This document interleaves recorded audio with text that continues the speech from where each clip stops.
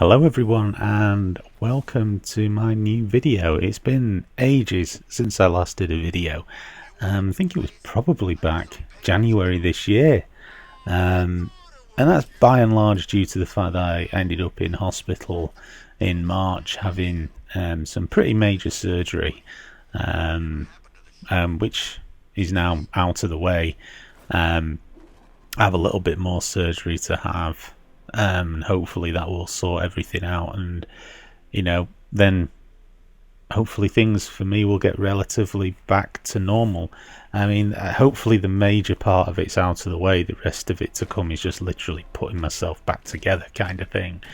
But yeah, hopefully the major part of it's out of the way, and that's the reason that I haven't done any videos. I was in hospital for a couple of months, and when I came out, making videos was really the last thing I wanted to do. I was more interested in just, trying to adjust to life back at home, and then, playing some games. I was very kindly bought by my family an Xbox One while I was in hospital. So when I came out of hospital, I had an Xbox One to set up and get to grips with and play some of the great games that are on there. And I'm slowly trying to build up a little bit of a collection of Xbox One games that kind of caught my eye a little bit before I got it. It came with the Halo Master Chief Collection, and I'm a huge Halo fan, so that was great. Especially being able to play the remastered version of Halo 2. Because that was the only Halo game I never managed to finish before the Xbox 360 came out. And when the Xbox 360 came out, I kind of pushed a lot of my older games to one side and focused playing on the newer games. And as usually happens with these things, you always think you're going to get around to getting back and finishing and playing a particular game, and it just doesn't happen. And then years go by and you sit down and think, God, I never really finished that. And so it was a great opportunity to not only play Halo 2 in its remastered form, which it looks fantastic, but to also actually finish it as well. And I got some other games. I got Forza Horizon 2. That was a game that I really wanted. I love the Forza games. I was going to get Forza 5, but I kind of thought, well, it's a little bit too close now to the release of Forza 6. And Forza 6 appears to have a hell of a lot more stuff in it. I was a bit put off with Forza 5 by this whole DLC business, it being a sort of very light on content, light on tracks, light on cars, and it seemed to me that a lot of it was driven by DLC and microtransactions, which really put me off. I've no interest in that stuff whatsoever. So yeah, I mean, I've been playing and enjoying that. I've got Dead Rising 3, which has been a lot of fun. It's a lot better than I thought.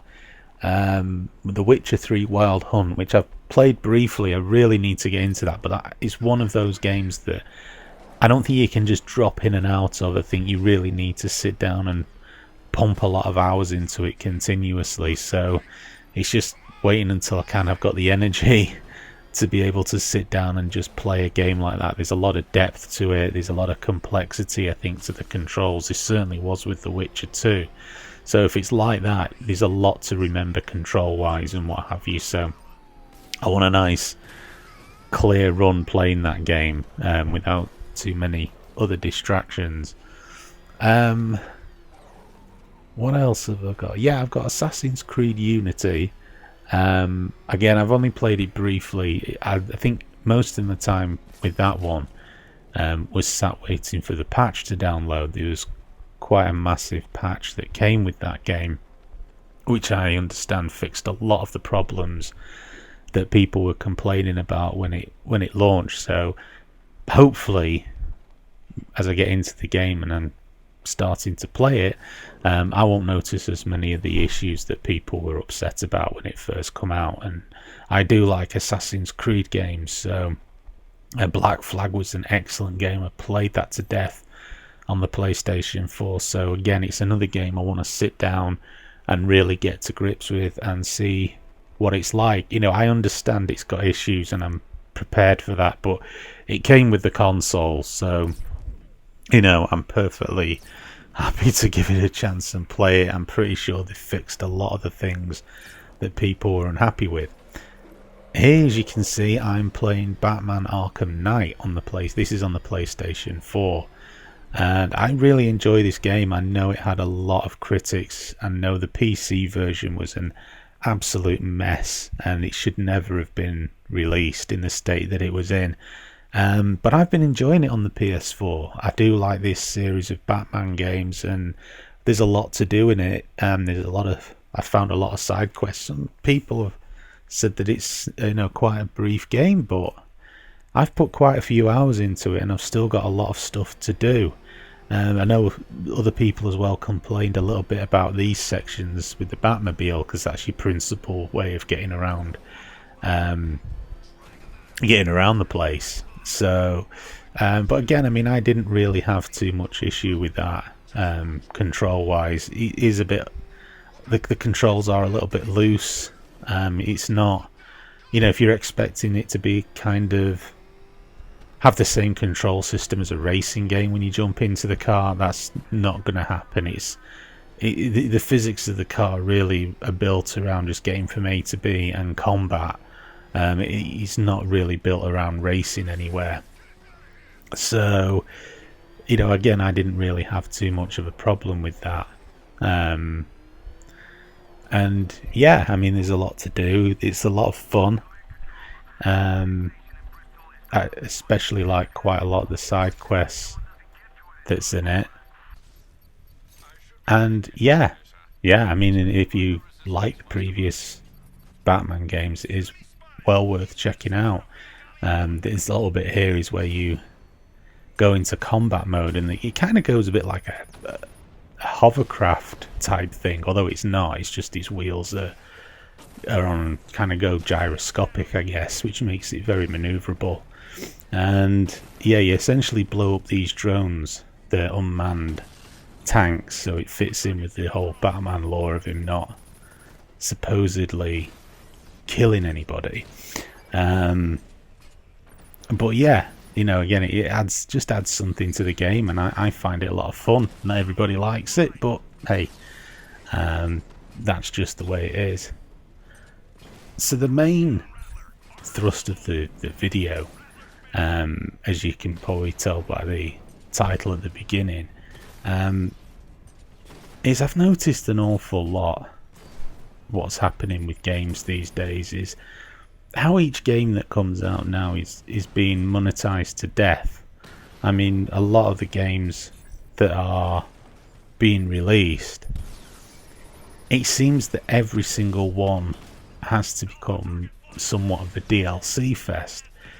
There's very few exceptions, and the exceptions tend to be really refreshing. One of the great things that was with the Wolfenstein, the New Order game, was that you haven't been bombarded with DLC, you know, extra missions, extra maps, and by and large that's thanks to there being an absence of a multiplayer mode to it. But what you have is a real comprehensive single player campaign that's the right length, is great fun to play, and has a lot of replay value to it. And it's interesting that they decided that what they would do is they would release a standalone DLC, as you could call it, but it's not strictly speaking DLC, because it's a game all of unto itself, and that of course is the New Blood. And you know, again, there's quite a few hours of gameplay to be had in that, you know, and it's a lot of fun too. You know, there's some really good challenges to it. This is like kind of like a horde mode you can play, where you know you face wave after wave of various Nazis, and you can play around the various maps of the game. And you know, I paid about £15 for it and got quite a few hours of entertainment out of it. That was well worth it. And again, you can't really classify as DLC because you don't need Wolfenstein: The New Order to be able to play this. You can go and buy that without the New Order and still play it and enjoy it and get all your trophies or achievements or whatever. It's not tied into the New Order whatsoever, so it's really worth checking out. You know, if you're unsure whether you're gonna like the Wolfenstein games, Wolfenstein, having that dilemma again. If you're unsure, you can pick it up. You know, even for the physical retail copy, it's quite cheap, and there's quite a few hours of gameplay there. So you know, it's a good idea, because if you buy that and don't buy the full game, the New Order, you can then at least say, hey, I really like that, I want to play more. Then you can go and get the New Order, and I suspect that's not that expensive now anyway, to be perfectly honest. But going back to the point that I was making, this trend that there is, I think it's damaging for the industry. Not every game that comes out needs to be driven purely with a sense of DLC and microtransactions and all this, that and the other. I think that for certain games I can appreciate why it exists, like the Call of Duty games, for example. Is so much of that is simply down to them wanting to make more and more multiplayer maps. They monetize the hell out of it, but at the same time they've also taken quite a bit of content out of the Call of Duty games.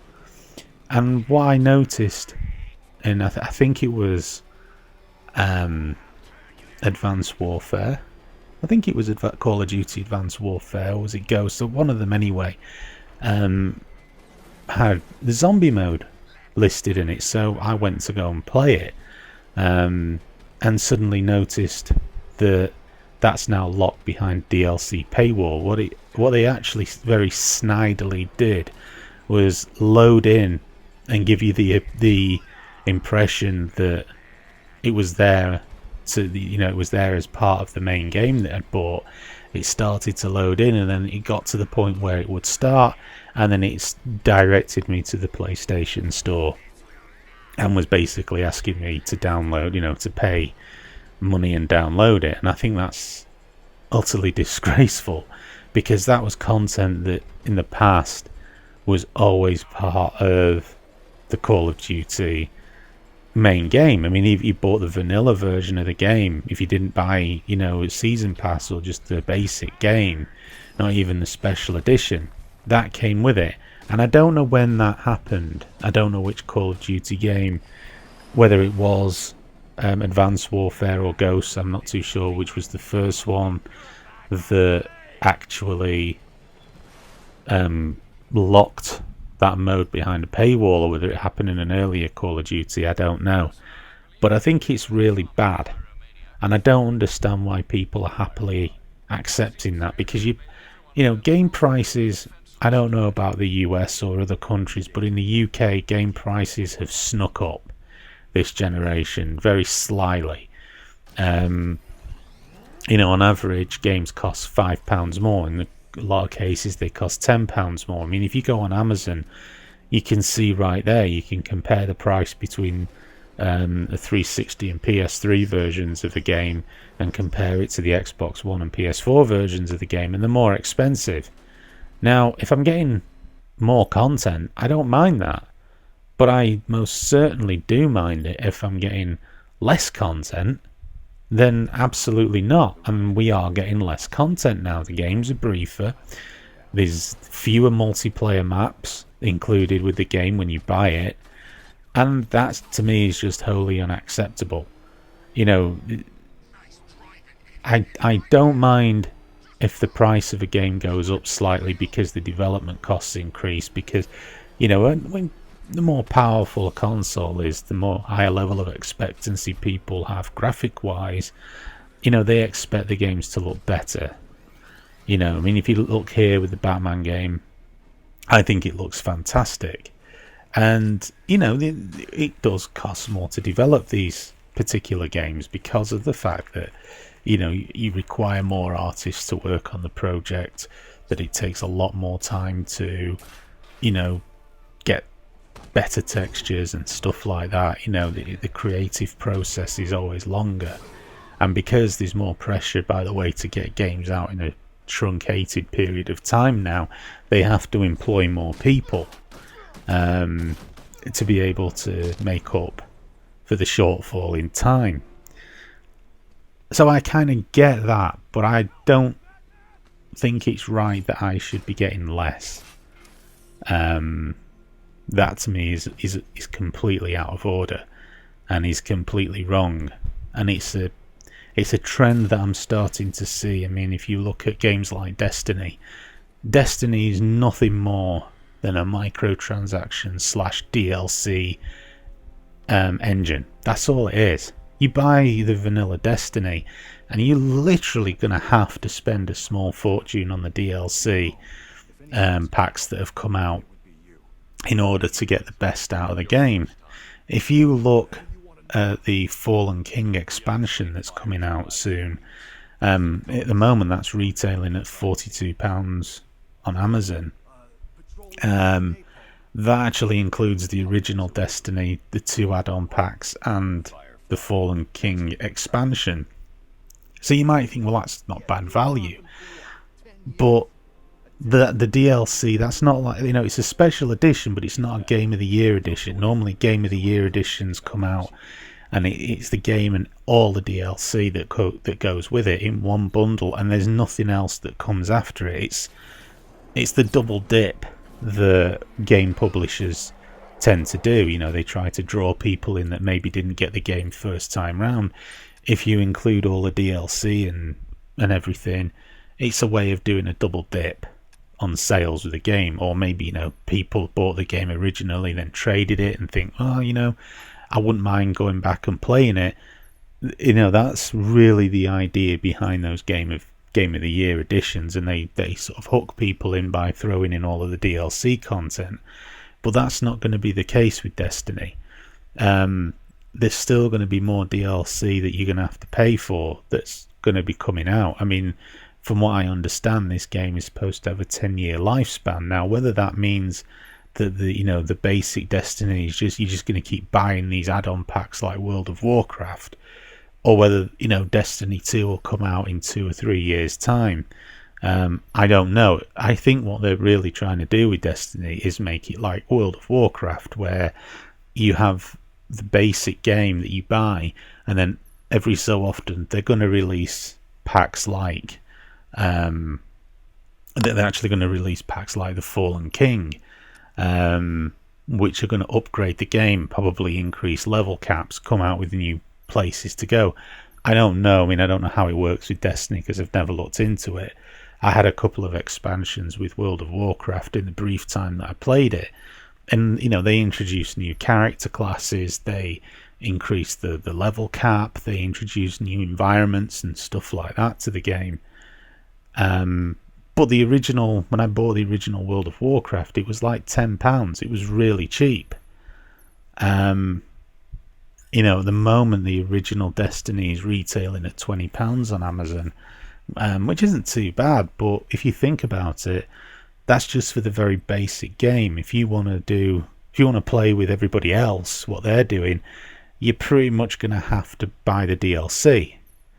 So, I mean, at the moment, if you really wanted to get into Destiny, it's well worth waiting for the Fallen King, because you're getting the original game plus all of DLC up to date, and the Fallen King expansion. But, you know, it's really kind of cheeky. It's really a massive rip-off. It's just essentially a license to print money. I mean, they say that when they say Destiny's going to have a 10-year life cycle, well, I doubt that in some respects, because the current generation of games consoles certainly aren't going to have a 10-year life cycle, that's for sure. You know, so what are they going to do? Are they just going to keep supporting redundant formats, or are they going to re-release the game for PS5 and Xbox 2 or whatever the hell they're called in 5 or 6 years' time when they hit the marketplace? I just can't see that. I think that people are going to pay a hell of a lot of money for this, and then suddenly this is going to stop, and Destiny 2 is going to come out in a few years, and people are then going to have to start this cycle again. And it's a hell of a lot of money, and it's really milking gamers for all they're worth. And it's not, I don't want to just pick on Destiny, because it is what it is. It doesn't mean to say that I have to like it, but it is what it is. It's the other games as well. It's the games that you pay full price for, that you expect to be a complete experience, that aren't a complete experience, that have things that have clearly been cut out of the game and locked behind a paywall for DLC. And quite often you'll find that this content is stuff that either ends up being pre-downloaded onto your console when the games update, or they're actually included on the disc when you install the game originally. It's simply because when you buy the content, the download in some cases, not all, in some cases is so fast, all it could possibly be that you're downloading is an authorization code that you're downloading onto your hard drive to enable you to access that stuff. I mean, I've definitely noticed when I had Call of Duty installed on my PS4 that every time new maps for Call of Duty came out, my console would download an update. Now, that just seemed very coincidental to me, and it seemed really strange. I mean, why would it be downloading an update on the same day that new maps are available? Because the maps are certainly not available to me because I haven't purchased them. So, again, it seems a little bit underhand, almost. Kind of, if you think about it this way, if I'm having maps that are being pre-downloaded to my console, taking up hard drive space that I haven't even paid for, you're almost it sounds a daft thing to say, but it's almost like holding your console's hard drive space to ransom.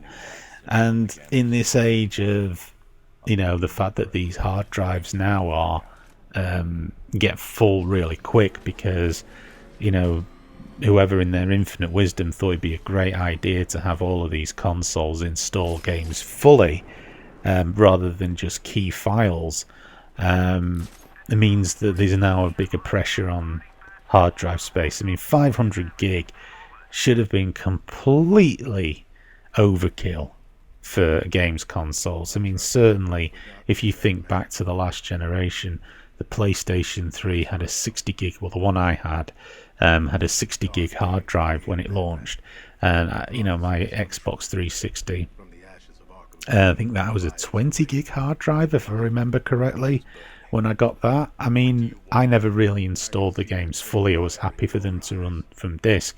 Some PS3 games did install certain files to increase the efficiency, because the Blu-ray drive spins at a lower speed. The data access from the Blu-ray drive was slower, so to improve loading times and what have you, they did that. It kind of compensated by installing part of the game onto the hard drive. But now it's the entirety, and when you marry that to these enormous updates that happen, where a patch for a game can be something like 15 gig in some cases. What do? Do they forget to put the game on the disc or something? And you sit there and, nearly half of your first day of owning the game is waiting for a patch to install. And then on top of that, then, you've got this real pressure on the hard drive. You're going to have to uninstall some games to install a new one. I mean, I'm at that point now with both the consoles. I mean, the Xbox One, it came with a code for the Master Chief Collection. It wasn't on the disc, and that was a whoppingly massive install on there, that took nearly a full day to install. I mean, it's a it's a download and install, and I've got fiber optic broadband. How people go on with the slower broadband speeds, I will never know. And considering these consoles were supposed to be designed to work offline, that whole element too is somewhat of a sticky and sore issue as far as I'm concerned. But yeah, I mean, it's a worrying trend that I'm seeing in gaming where, going really back onto what I wanted to say was that we're paying more and getting less, and people seem happy about it. I mean, there are people that defend the practice, and I don't understand. If you bought a loaf of bread and it was, half the size as it used to be, but you're paying more for it, you'd have something to say. If you went to buy a pint of milk and it wasn't a full pint anymore, but you were paying more than it would be to have bought the pint previously, you'd have something to say. In virtually so many other areas in life, if this type of thing happened, we'd have something to say about it. Well, why do we accept it with games? Why are we so anxious to defend these companies that want to give us as little as they possibly can and charge us the absolute maximum amount? I mean, I get businesses try to make money, but at the moment it's beyond that. It's getting to the point of rampant greed, and your price is going to start soon pricing people out of being able to play games. I mean, I'm in my current financial position, I can't really afford to buy games like I used to be able to. But a few years ago I would never have envisioned that I would be in this position. But even back then, when I had money to buy nearly every game that came out on release day, I was always wary about where it was going. I was always wary that, the price of video games was going up, that the content that we were getting was less, that more and more of it was being locked behind various paywalls and stuff like that. That's something that I just don't think should be ignored. I don't think it's something that we should just simply accept and say, well, okay, that's just because that's the way that it is. Absolutely not. We should be in a more...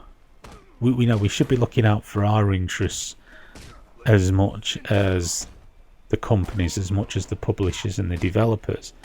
Because you see some of the... I mean, there was the infamous interview that one of the Destiny developers did where, it was disgusting to see what that person had said about people having to essentially buy... for the people who bought Destiny originally and then bought all of the DLC and then would have bought the Fallen King, they still wouldn't have been able to access some of the special stuff that was being reserved by those who went out and bought the special edition that I mentioned earlier. And the attitude of the guy was simple, kind of, well, go and buy it all again. Tough.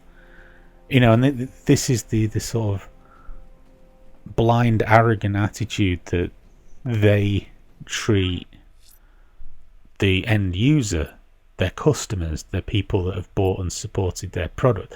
That's the attitude that they have. And they may rewind it when they're pulled up over it, but you judge somebody by what they do in the first place, not when, if not by the fact that there was a huge outcry and they got their ass kicked on the internet over it. You don't judge them by that. Judge them by the original intention, because that defines who they really were and how they view you as a customer. And they do it with, they view you with disdain. They just view you as a cash cow. So, don't feel compelled to have to defend these people, because they don't care. You're just a walking wallet to them, and that's the end of it. If you think that you're going to get some kind of brownie points by defending these people, then you're wrong. Well, anyway, I think I've rambled on enough about that. Let me know what you think, I guess, in the comments section. That's been pretty much it. It's good to be back. I hope it's not as long before I make the next one. And Thank you for watching.